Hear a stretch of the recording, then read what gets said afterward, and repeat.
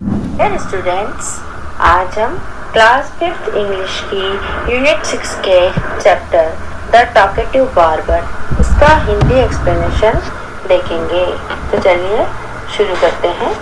Long long ago a sultan whose name was Shahryar ruled over a large kingdom. His queen was a good storyteller. Each night she would tell a story to the king. She narrated ancient Persian and Arabic folk stories. This is one of the stories from the Arabian Nights. बहुत समय पहले की बात है। एक सुल्तान था जिसका नाम था शहरयार। वो एक बहुत बड़े राज्य में, किंगडम में शासन करता था, राज करता था। उसकी रानी जो थी बहुत अच्छी कहानीकार थी, स्टोरी टेलर थी। हर रात वह सुल्तान को एक स्टोरी सुनाती थी। वह एंशिएंट पर्शियन और अरेबिक फोक स्टोरीज सुनाती थी। उन्हीं में से एक स्टोरी यह है, अरेबियन नाइट्स से ली गई है। इस स्टोरी में एक ऐसे व्यक्ति के बारे में बात की गई है जो कि पूरे टाइम ही बोलता रहता है और अपने काम के से ज्यादा टॉक करने में व्यस्त रहता है। In the city of Kashgar lived a barber who was a great talker. Once the Sultan called the barber to shave his head. The barber started talking non-stop. Instead of shaving him, the Sultan got angry. Kashgar की city में एक barber यानी नाई रहता था जो बहुत ज़्यादा बोलता था। एक बार सुल्तान ने उस बार्बर को बुलाया कि वो उसका सिर मुंडवाना चाहता था, मतलब अपने सिर को शेव करवाना चाहता था, हेड को। तो बार्बर पूरे टाइम बात करता रहता था, शेविंग कम करता था। तो सुल्तान बहुत गुस्सा हो गया था। When are you going to stop talking and begin to do your work? उसने नाई से कहा, तुम बात करना कब बंद करोगे और अपना काम कब शुरू करोगे? The barber replied, You do me an injury by calling me a chatterer. उसने कहा, तुमने मुझे चैटरर बोलकर चोट पहुंचाई है। For everyone says I am very quiet. सब कहते हैं कि मैं तो बहुत शांत हूँ।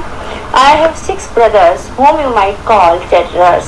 मेरे 6 भाई हैं जिन्हें तुम chatterers यानी बकबक करने वाला, बातचीत करने वाला कह सकते हो। Their names are Backbone, Bugberia, Bugback, Alcos, Alnashi and Shakabak. One is humpbacked, one is toothless, one is half blind, one is quite blind, one is deaf and the other has a defect in his speech, and they are all great talkers.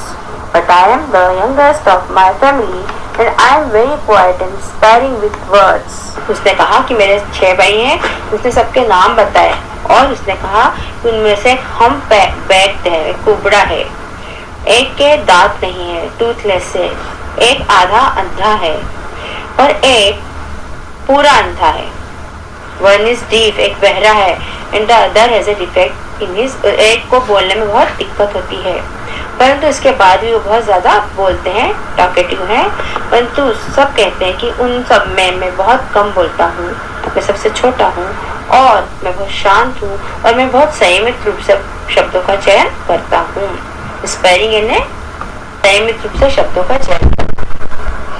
Gave him 3 pieces of gold. The Sultan cried, losing all patience, and sent him away.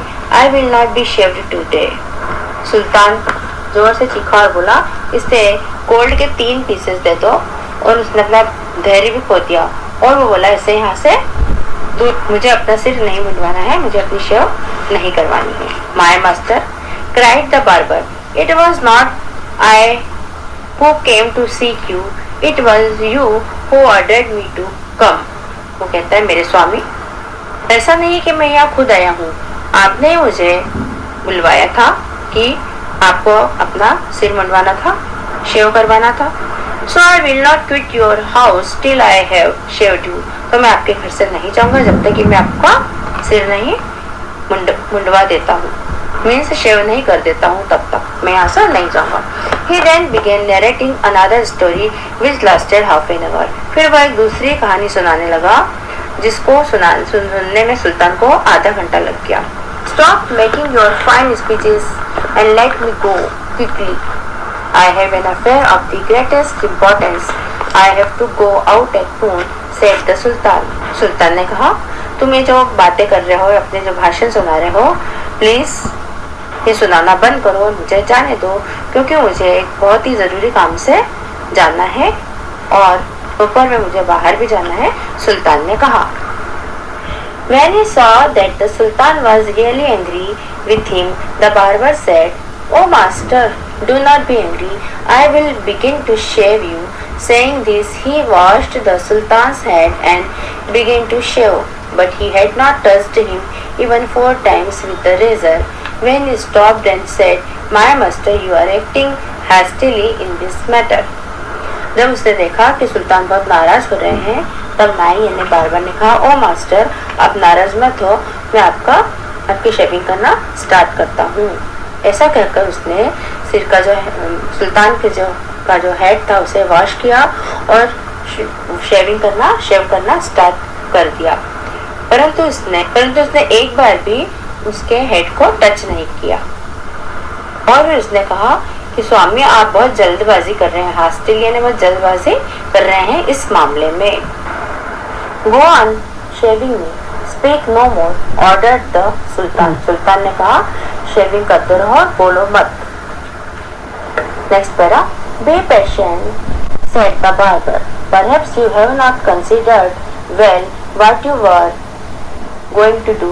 I wish you would tell me what this matter of great importance is all about, and then I will give you my opinion on it. Barber ने कहा, शांत रहिए, patient में धैर्य रखिए।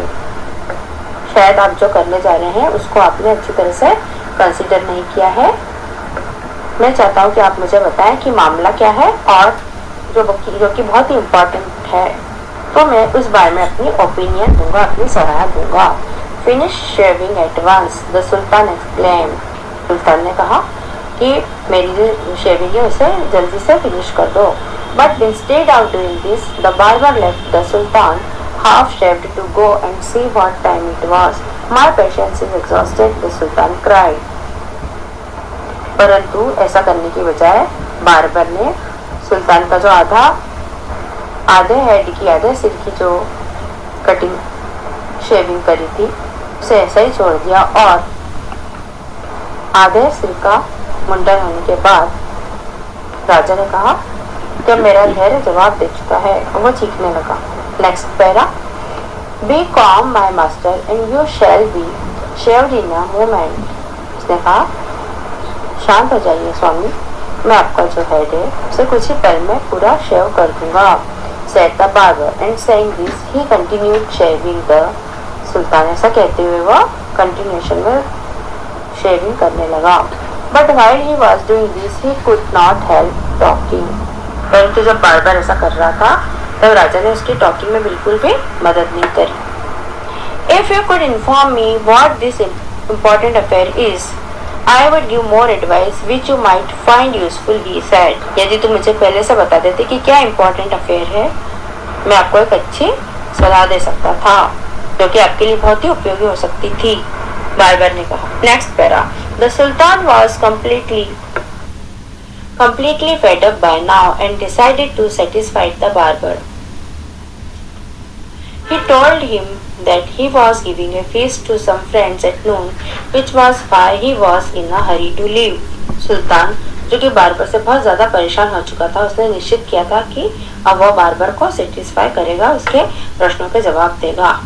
तो उसने कहा कि वह अपने कुछ दोस्तों को दोपहर में दावत दे रहा है, फीस्ट है ना, दावत दे रहा है, इसीलिए वह जल्दी से उसका काम हो जाए, वो यहाँ से चला जाए। Next para, when the barber heard the Sultan mention a feast, he exclaimed, "That reminds me, yesterday I invited 4 or 5 friends to come to my house today, but I had quite forgotten it and have not made any preparations for them." जब barber ने सुना कि सुल्तान दावत देने वाला है, तो वह चकित होकर बोला, अच्छा अब मुझे याद आया, रिमाइंड्स मी। वो कहता अब मुझे याद आया, कल मैंने अपने 4 या 5 दोस्तों को अपने घर पर बुलाया था, परंतु मैं बिल्कुल भूल गया हूँ और मैंने कोई तैयारी भी नहीं करके रखी हुई है उनके लिए।